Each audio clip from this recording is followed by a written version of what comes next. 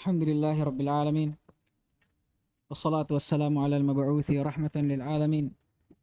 Nabiyyina Muhammadin wa ala alihi wa sahbihi wa man tabi'ahum bi ihsanin ila yaumiddin. Amma ba'd. Alhamdulillah, kita senantiasa bersyukur kepada Allah Subhanahu wa taala dengan senantiasa memuji dan menyanjungnya sebagai bentuk kesyukuran kita kepadanya atas segala nikmat dan nikmat demi nikmat yang telah Allah berikan dan anugerahkan kepada kita.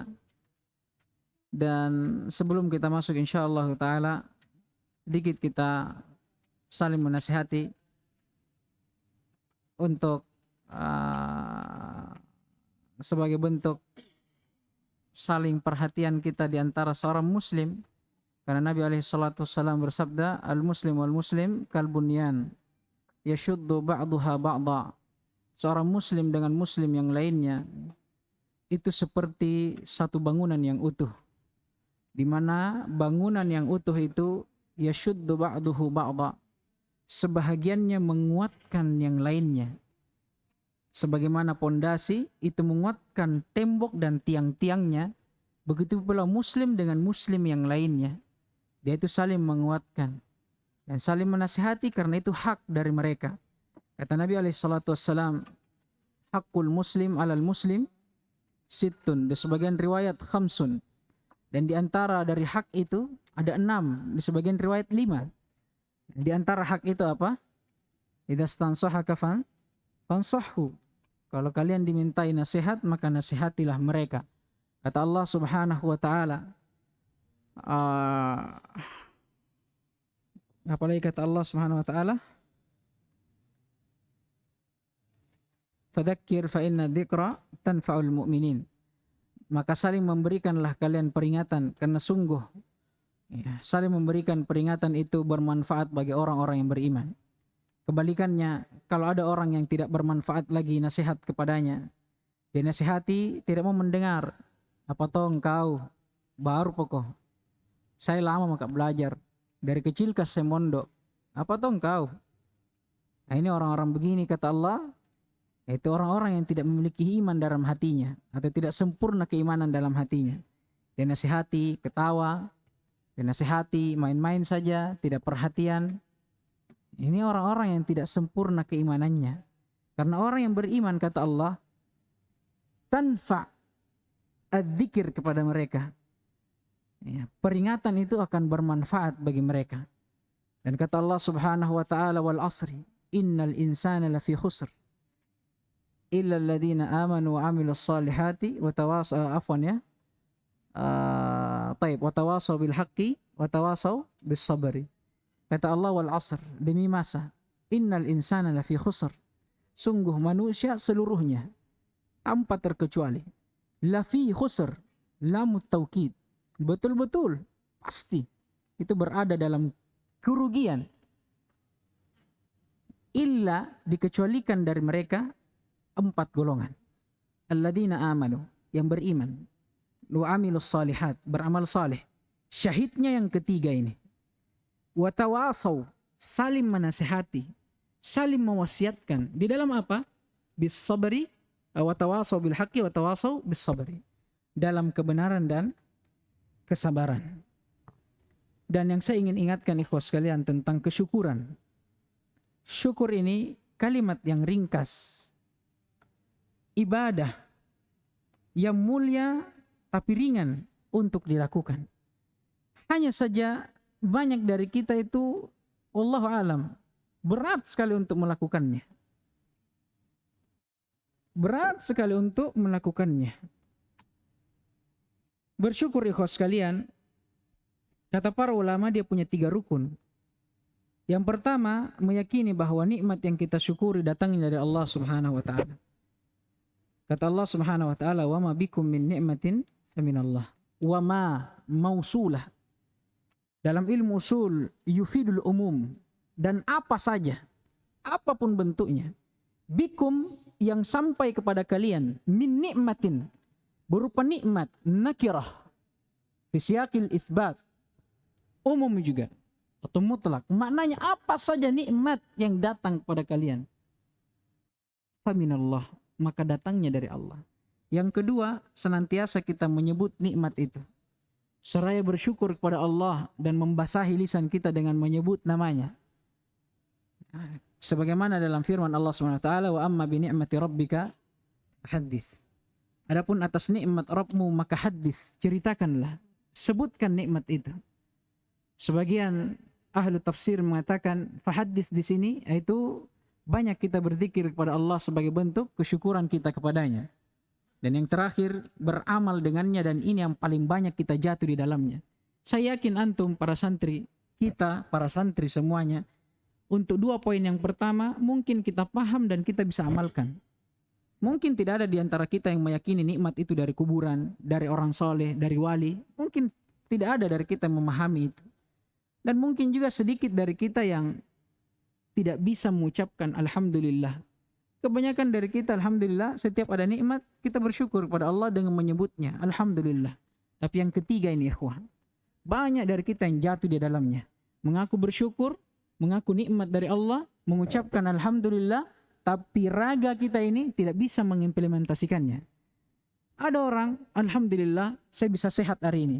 Tapi apa dia gunakan waktu sehatnya? Main-main di majelis, ketawa ketiwi, dan segala macam, cerita dengan temannya. Ini syukur tidak?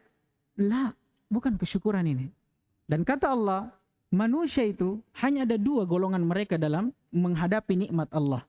Kata Allah Subhanahu wa taala, "Tsumma hadainahu sabila, imma syakiran wa imma kafura." Sungguh kami telah berikan kepada mereka jalan-jalan. Kami telah utus rasul dan kami telah utus rasul dengan kitab yang menjelaskan kepada mereka tentang nikmat-nikmat Allah. Kata Allah, "Imma syakiran wa imma kafura." Hanya ada 2 golongan di antara mereka. Golongan orang-orang bersyukur dan golongan orang-orang yang kufur. Pilih Miki yang mana? Introspeksi diri kita. Di mana kedudukan dirinya kita dari 2 golongan itu. Dan Allah sebutkan balasan untuk mereka. Wa ita'adnana rabbukum la in syakartum la azidannakum. Wa la in kafartum inna adzabi lasyadid. Bagi orang-orang yang bersyukur ditambah nikmat. Bagi orang-orang yang kufur akan diancam dengan azab. Pilih yang mana? Dan ada 2 nikmat ikhwah yang perlu kita perhatikan dan perlu kita jaga dengan sebaik-baiknya. Apa itu? 2 nikmat ini disebutkan dalam hadits yang diriwayatkan dari Ibn Abbas atau diriwayatkan oleh Imam Bukhari dan juga Imam Muslim dari sahabat Ibn Abbas radhiyallahu taala anhuma. Nabi alaihi salatu wassalam bersabda, "Ni'matani maghbunun fihima katsirun minan nas." Ada 2 nikmat yang manusia dan kebanyakan dari mereka maghbun. Maghbun ini tertipu, dipatolo-tolo, lalai dari 2 nikmat ini. Apa itu? As-sihhat wal faraq. Kesehatan dan waktu luang. Banyak dari kita tertipu. Tatkala kita sehat, tertipu dengan kesehatan kita. Menganggap bahwa kesehatan itu akan abadi. Kita tidak akan sakit. Makanya ada kebaikan, sebentar pilih. Ada majelis, sebentar pilih. Masuk majelis bisa jadi dengan rekaman. Masuk majelis, main-main mikir dulu. Kapan lagi? Nanti pi belajar. Ada di rekaman. Ada di live-nya. Ada di YouTube-nya. Ingat akhi, tidak ada yang tahu sakit dan ajal itu kapan dia datang. Makanya kapan Allah masih memberikan kita kesehatan, afiah, waktu luang, manfaatkan. Khususnya untuk kesehatan, kata Ibnul Qayyim rahimahullah, as-sihah tajun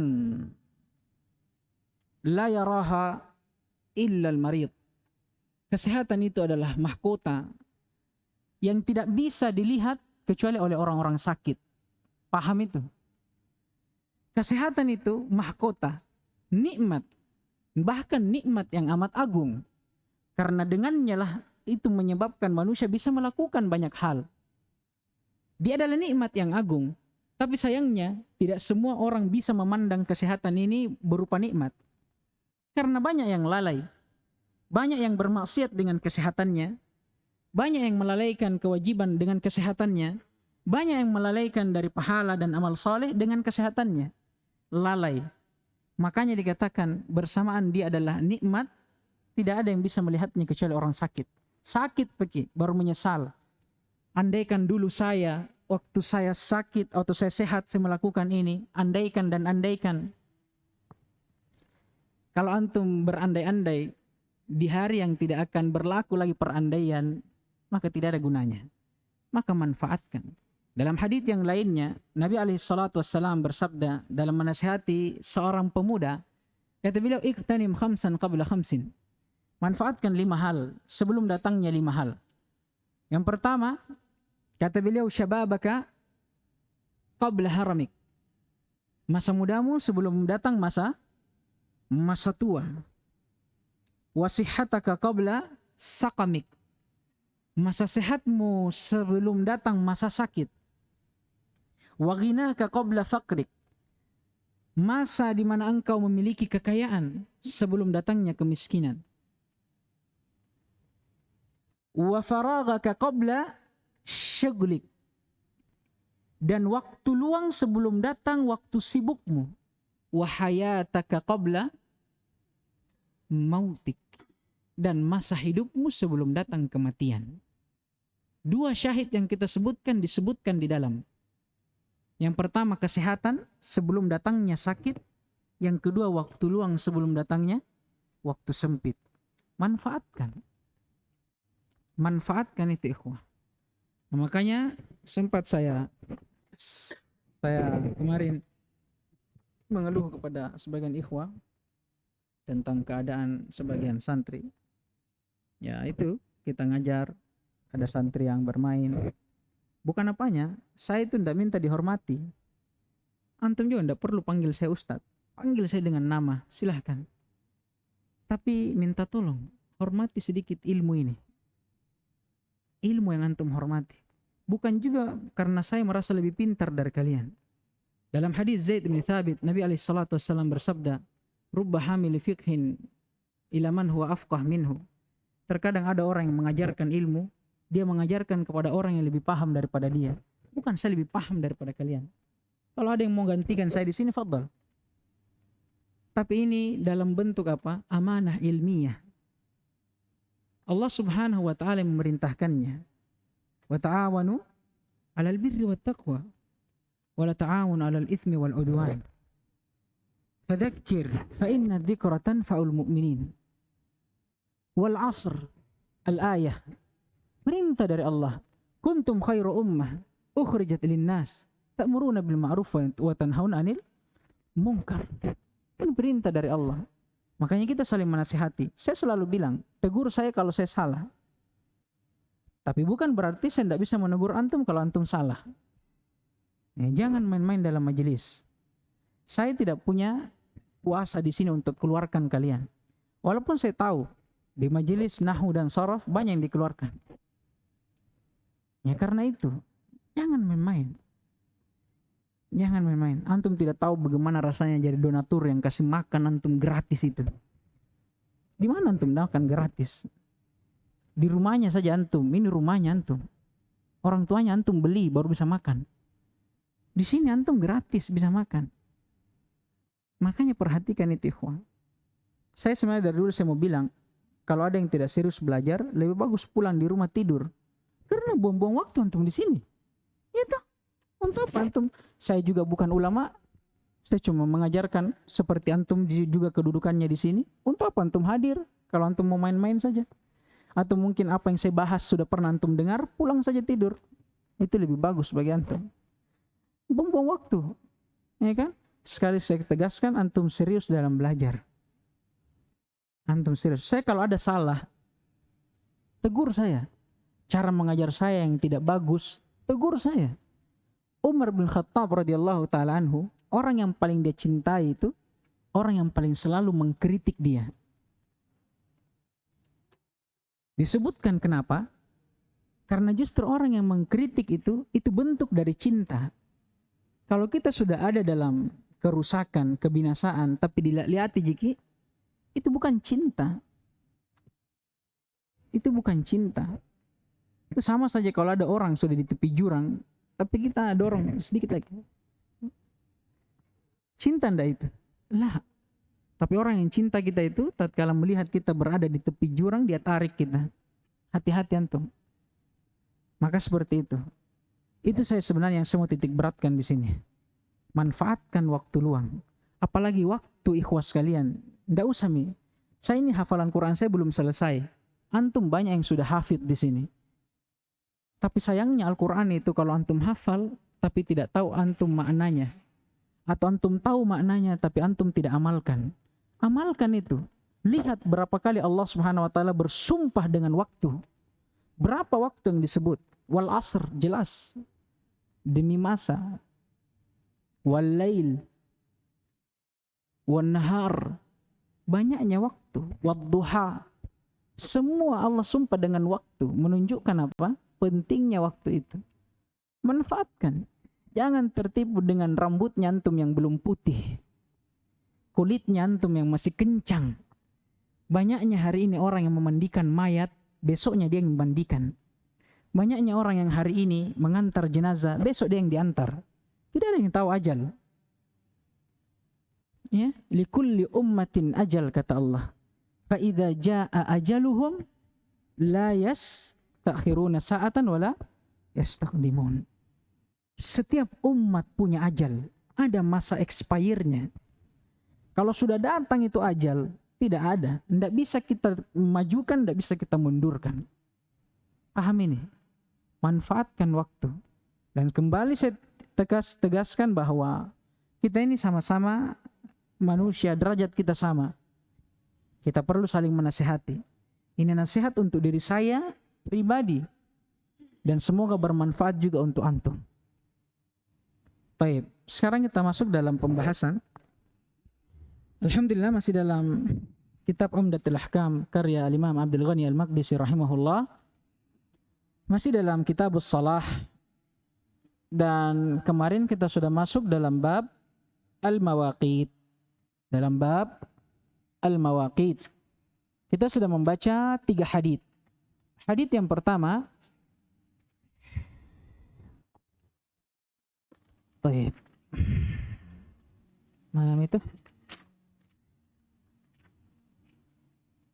Baik, hadits yang pertama hadits Abi Amr ya, Syaibani.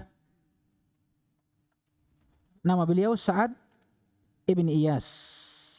Dia berkata bahwa dia pernah diriwayatkan, dibacakan suatu hadits oleh Abdullah bin Mas'ud radhiyallahu taala anhu. Dia berkata, maksudnya Abdullah bin Mas'ud, dia berkata, Sa'altu Rasulullah sallallahu alaihi wasallam ayyul a'mal ahabbu ilallah. Ini sudah ya? Ini 2 pekan lalunya ya? Baik, kita beranjak, afwan. Hadis berikutnya, afwan. Hadis Aisyah. Nah, ini inti kemarin pembahasan. Hadis Aisyah, kata beliau radhiyallahu taala anha, laqad kana Rasulullah sallallahu alaihi wasallam yusalli al-fajra fatashhadu ma'ahu nisa'un minal mu'minat mutalaffi'atin bimurutihinna. Nabi alaihi salatu wassalam pernah melaksanakan salat subuh atau salat fajar dalam keadaan wanita dari kaum mukminin mengikuti beliau. Ya, wanita mukminin mengikuti beliau tapi dalam keadaan mutalaffi'at bimurutihinna, menutup tubuh mereka dengan murut, dengan suatu kain. Tsumma yarji'na ila buyutihinna ma ya'rifuhunna ahadun minal ghalas. Kemudian setelah salat fajar, mereka pun kembali ke rumah-rumah mereka dan tidak ada satupun yang mengetahui mereka. Maksudnya tidak ada satupun yang mengetahui si perempuan-perempuan ini tadi yang ikut bersama Nabi. Kenapa? Alasannya minal ghalas. Karena pada waktu itu waktu ghalas. Ghalas kita sudah sebutkan maknanya kemarin apa? Ikhtilatu diya'is subhi bidulmat al-lail. Bercampurnya cahaya subuh dengan kegelapan malam.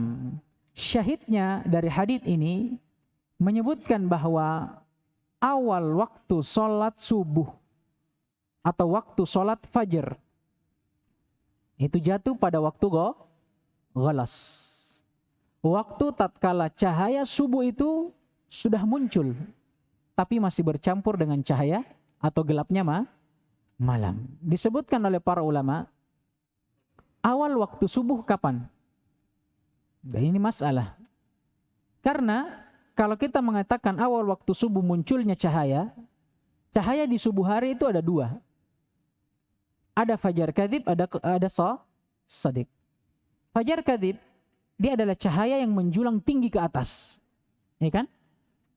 Nah, kemudian cahaya ini, cahaya yang semakin lama akan semakin redup dan hilang. Berbeda dengan cahaya fajar shadiq.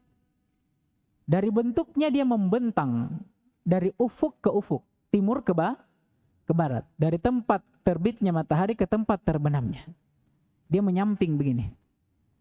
Kemudian perbedaan yang kedua dengan fajar kadhib, fajar shadiq ini semakin lama semakin terang. Kata para ulama, waktu sholat subuh ini, yang kedua ini tadi, fajar shadiq. Ini syahid dari hadits yang pertama. Hadits yang kedua, hadits Jabir bin Abdullah radhiyallahu taala anhuma. Kana Nabi alaihi salatu wassalam yusalli adh-dhuhra bil hajirah wal asra wasyamsu naqiyah wal maghrib idza wajabat wal isya ahyanan wa ahyanan. Idza ra'ahum mujtama'u ajjal wa idza ra'ahum abta'u akhar. Was subhu kana Nabi sallallahu alaihi wasallam yusalliha bi ghalas. Sama dengan hadits sebelumnya menjelaskan tentang waktu salat. Hanya saja hadits sebelumnya khusus membahas waktu salat subuh. Kalau ini lebih lengkap, waktu salat duhur sampai subuh. Dan akan kita bahas lebih terang nanti. Syahidnya salat duhur itu dimulai pada saat apa? Hajirah. Hajirah sudah kita sebutkan dari kata hajara, hijrah. Meninggalkan. Kenapa dikatakan waktu salat duhur itu waktu hajirah, waktu meninggalkan? Karena waktu itu waktu di mana panas matahari berada di puncaknya. Berada di puncaknya. Makanya kebanyakan dari manusia menghijrah, meninggalkan dari pekerjaannya di waktu itu. Nah, makanya salat itu dinamakan salat hajirah. Salat di waktu hijrah itu tadi. Di waktu manusia meninggalkan pekerjaannya. Itu di waktu matahari sedang panas-panasnya. Adapun salat asar pada saat asyamsu naqiyah. Matahari sedang dalam keadaan bersih. Apa maksudnya? Naqiyah ini dia bersih dari cahaya putih. Yang tadinya cahaya putih ini bercampur dengan cahaya kuningnya matahari di waktu duhur, saking terangnya. Kalau antum melihat ini matahari di waktu duhur, itu tidak bisa antum lihat kuning sempurna. Nah, itu bercampur dengan cahaya putih karena saking silaunya. Waktu asar itu diketahui pada saat apa? Matahari itu sudah naqiyah, bersih dari cahaya putih itu. Nah, berarti menunjukkan matahari pada waktu itu sedang kuning terang. Wal maghrib idza wajabat. Adapun salat maghrib kalau wajabat matahari nih, kembali ke syams. Kalau matahari itu telah wajabat ai saqatat wazalat. Kalau matahari itu telah jatuh, maksudnya terbenam. Wal isya'u ahyanan wa ahyanan. Adapun salat isya maka kadang-kadang kalau mereka melihat para sahabat telah berkumpul, beliau dahulukan, kedepankan. Kalau mereka melihat sahabat lambat dalam berkumpul, maka beliau akhirkan. Adapun salat subuh sama. Kata beliau, yusolliha bi ghalas. Dia salat di waktu ghalas. Hadis terakhir, hadis yang panjang. Hadis Abul Minhal Sayyar bin Salamah. Maknanya sama dengan makna hadis Jabir. Baik. Sekarang kita masuk ke dalam hadis berikutnya.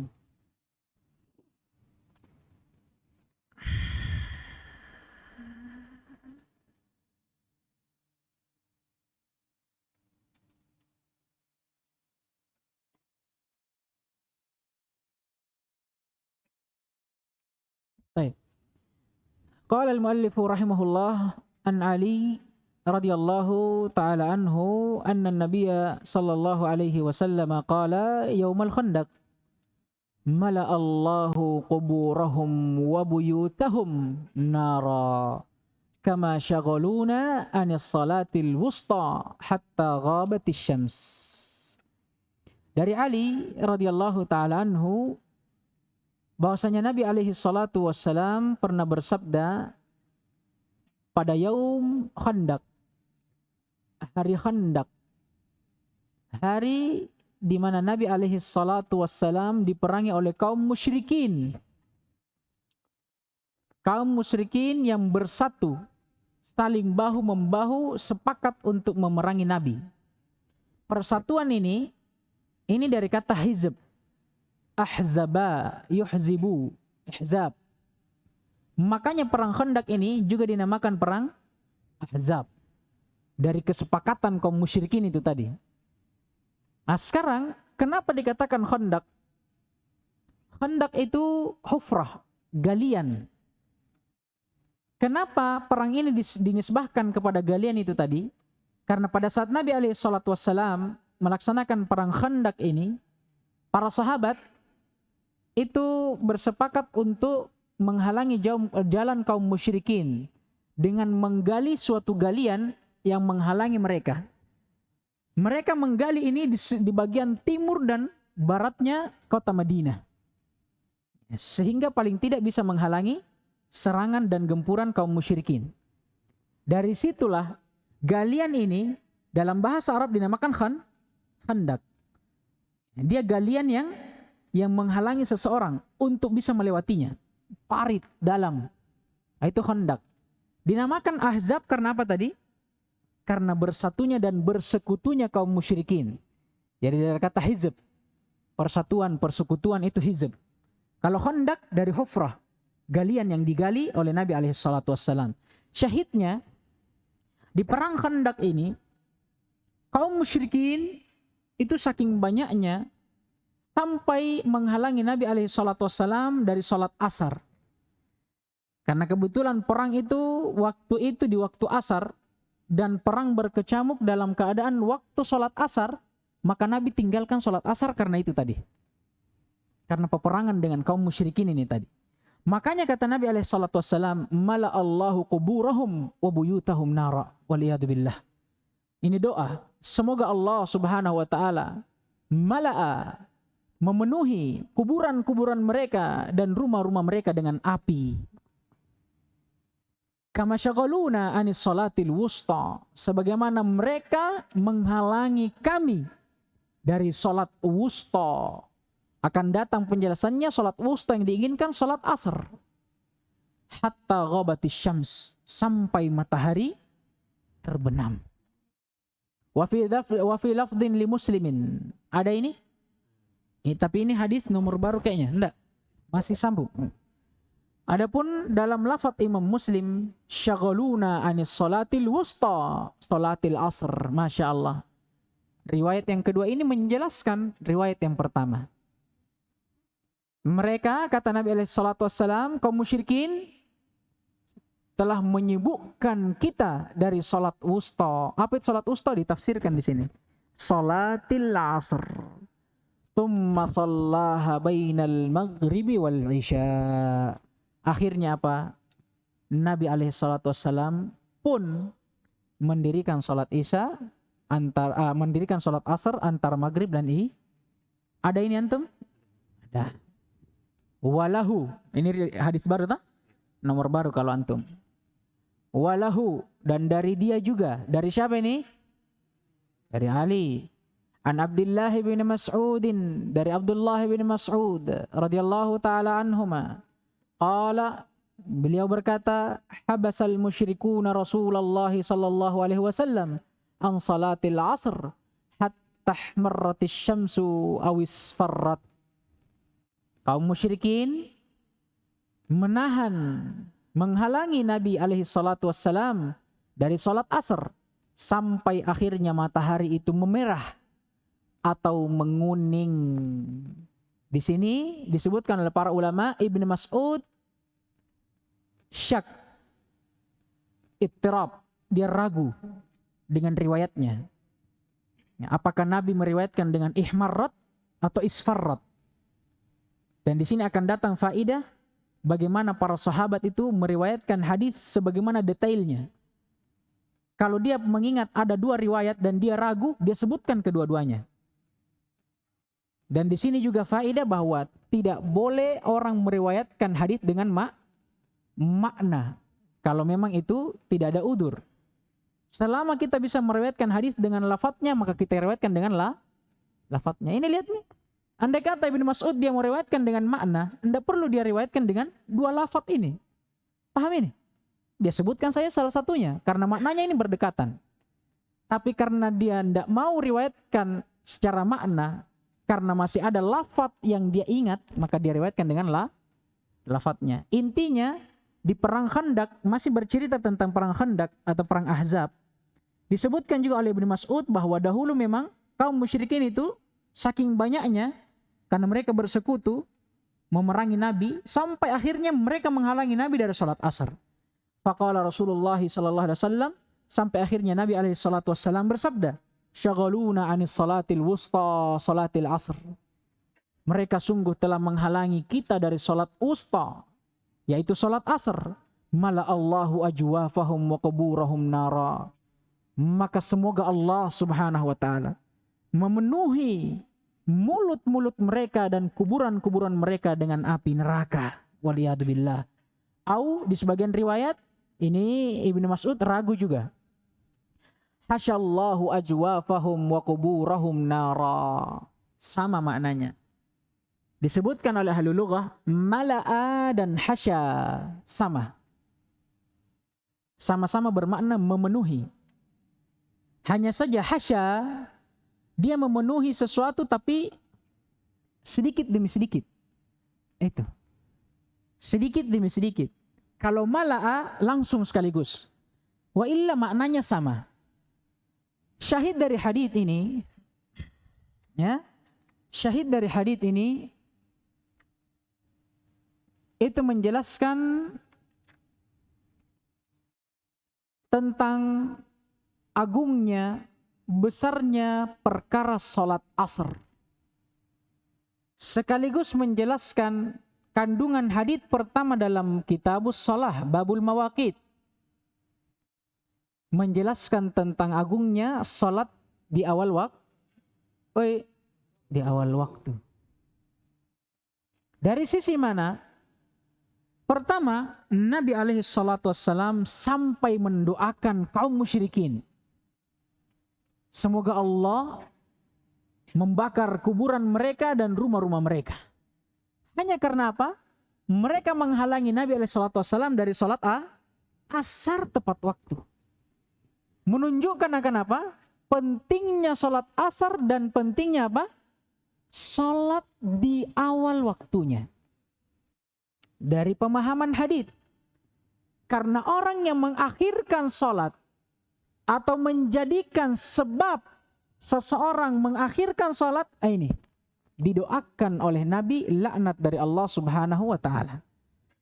Nah, ini menunjukkan akan besarnya dan agungnya perkara salat tersebut. Baik, dan sekarang masalah apa itu salat wusta? Apa itu salat wusta?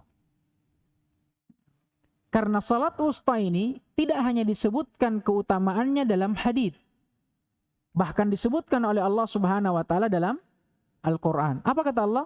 Hafidhu 'alas salawati was salati al-wusta wa qumu lillahi qanitin. Kata Allah, hafidhu, jagalah as-salawat, salat kalian. Yang diinginkan apa? Salat 5 waktu. Tapi Allah Subhanahu wa taala setelah menyebutkan salat 5 waktu dan kewajiban menjaganya, Allah khususkan salah satu dari 5 ini. Apa yang Allah khususkan? Salatul wusta.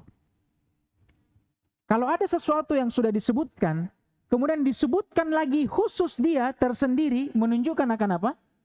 Agungnya, istimewanya. Sekarang dibahas oleh para ulama, apa itu salatul wusta?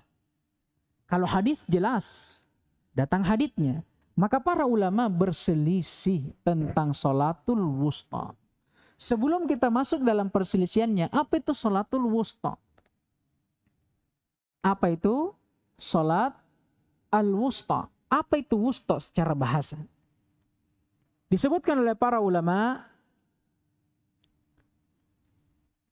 wusta maknanya khiyar atau mukhtar,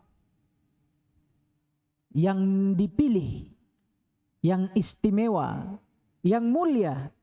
Itu maknanya wusta. Maka makna firman Allah Subhanahu wa taala, "Hafidhu 'alas salawati was salatil wusta." Jagalah salat-salat kalian yang 5 waktu itu, terkhususnya salat apa? Al-wusta, salat yang paling istimewanya dari 5 itu.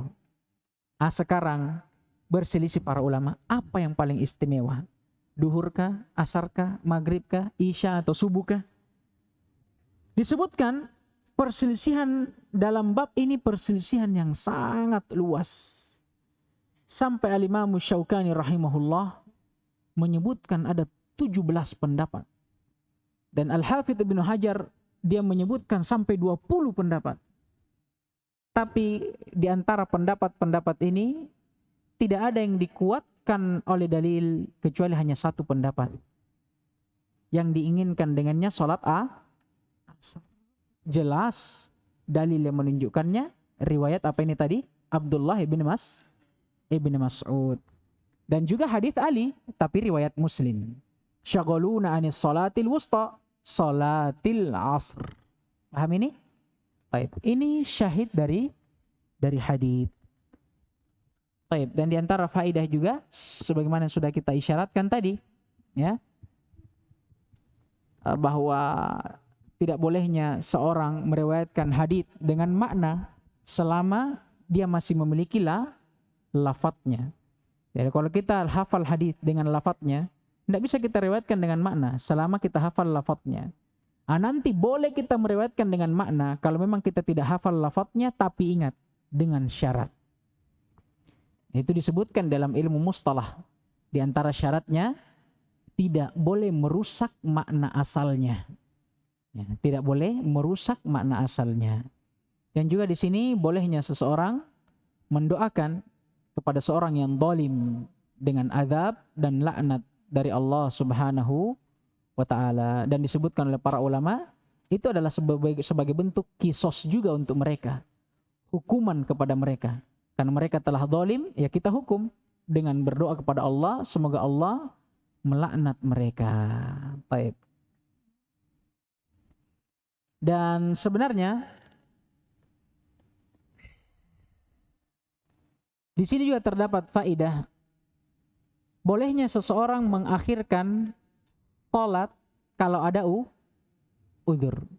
Karena Nabi alaihi salatu wassalam tatkala dia luput dari salat asar pada waktunya, beliau salat di mana?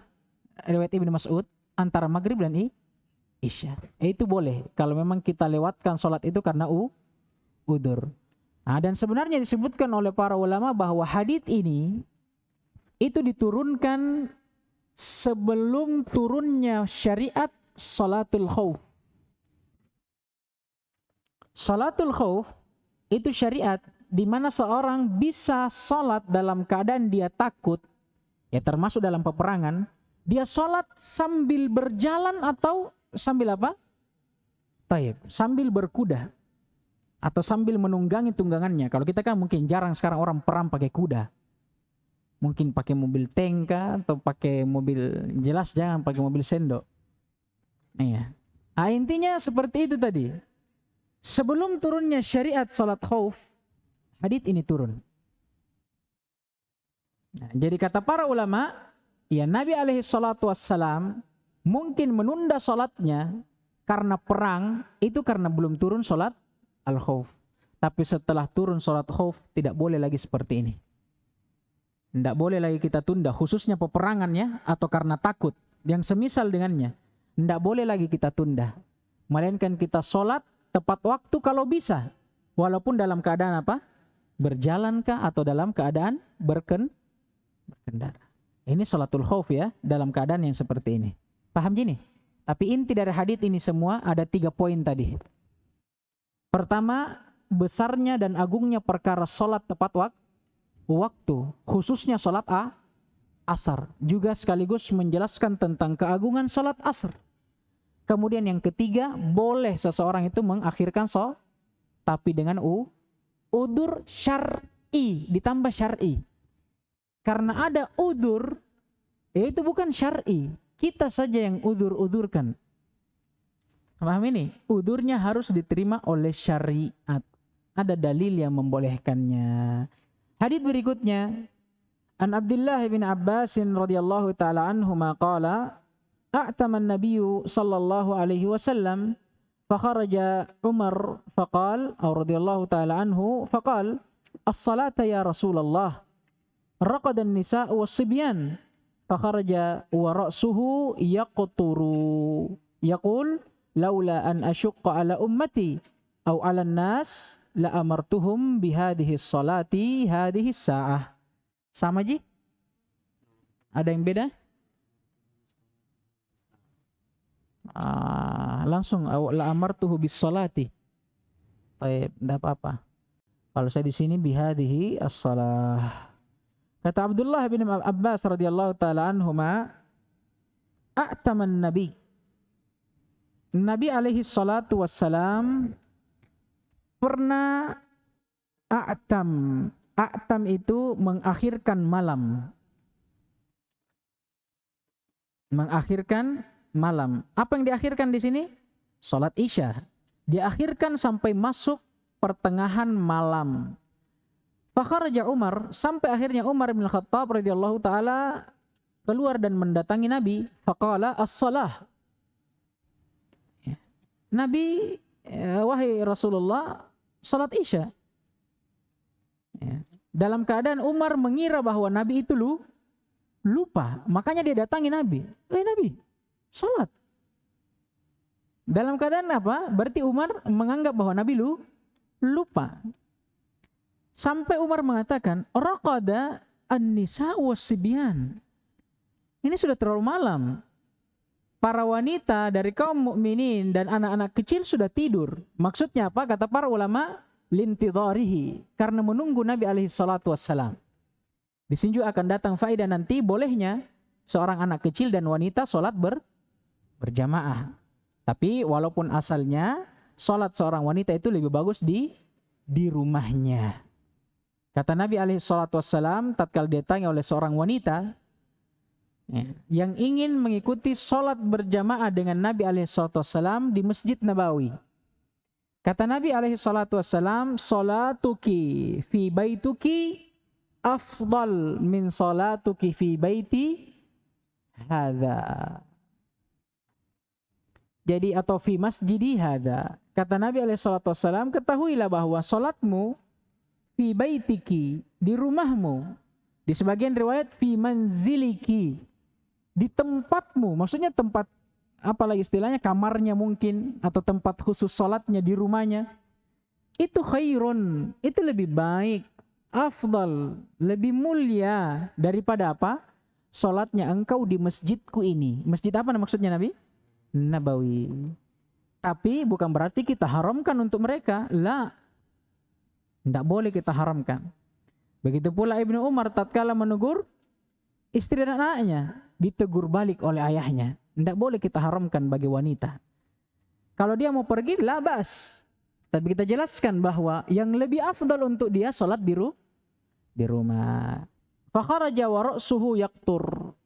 Maka Nabi alaihi salatu wassalam pun keluar dalam keadaan ra'su ini sya'ru ra'sihi. Dalam keadaan rambut kepalanya itu meneteskan air. Berarti apa yang diinginkan ini, kepala atau rambutnya? Ya rambutnya. Kalau kepala yang meneteskan, bagaimana maksudnya itu? Nah, ini disebutkan oleh para ulama karena Nabi SAW itu keluar dalam keadaan setelah mandi. Kemudian Nabi bersabda, "Laula an asyqa ala ummati au ala nas." Andai kata bukan karena saya takut memberatkan umatku atau memberatkan manusia, andai kata bukan karena takutku, la amartuhum bihadhihi shalah hadhihi sa'ah. Saya akan memerintahkan mereka untuk mendirikan salat ini. Salat apa yang diinginkan? Isya. Hadhihi sa'ah, pada waktu ini. Sekarang syahid dari hadits menjelaskan tentang waktu sholat Isya. Terkhususnya lagi waktu sholat Isya yang lebih afdal untuk dilakukan. Secara umum sholat memang lebih afdalnya dilakukan di awal waktu.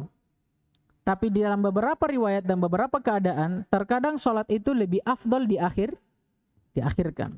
Sama seperti riwayat yang datang dalam sholat zuhur. Kalau panas matahari sedang panas-panasnya. Kata Nabi SAW, fa'abridu bis sholah. Maka dinginkan dulu, baru kalian sholat. Berarti diakhirkan. Karena ditunggu sampai matahari dingin. Ya. Nah, begitu pula sholat Isya. Datang riwayat yang menjelaskan bahwa terkadang Nabi SAW mengakhirkannya. Bahkan disebutkan diakhirkannya sholat Isya itulah waktu afdaliyahnya. Ini salah satu haditsnya. Nabi SAW a'tam, mengakhirkan malam untuk mendirikan sholat Isya. Baik. Ini syahid dari haditsnya. Dan setelahnya insya Allah kita akan masuk dalam bab yang baru. Antum dituliskan babnya atau langsung sambung haditsnya? Sambung hadits. Di sebagian kitab atau di sebagian syarah, Masya Allah, bagusnya dia pisah. Dia buatkan bab baru. Ada yang punya seperti cetakan saya ini? Dia pakai bab baru. Disebutkan babnya. Ada? Iya. Ada kan? Iya. Yang pakai syarah itu ada babnya. Karena memang kalau kita lihat pembahasannya ini berakhir dari pembahasan mawaqit. Bab tentang waktu-waktu sholat sudah berlalu. Hadits Aisyah nanti ini adalah hadits yang membawa pembahasan yang baru, bukan lagi pembahasan tentang waktu sholat. Nah, melainkan ini akan membahas tentang hal-hal yang makruh dilakukan pada saat sholat itu sudah dikumandangkan. Ini kita akhirkan insyaallah ta'ala dan kita cukupkan sampai di sini. Dan sebenarnya tadinya saya berniat untuk bawakan beberapa masail yang berhubungan dengan waktu sholat, tapi kita akhirkan nanti, ya. Kita akhirkan insyaallah besok insyaallah. Naktafi bihadzal qadar, subhanakallahumma hamdik, asyhadu an la ilaha illa anta astaghfiruka wa atubu ilaik. Waffaq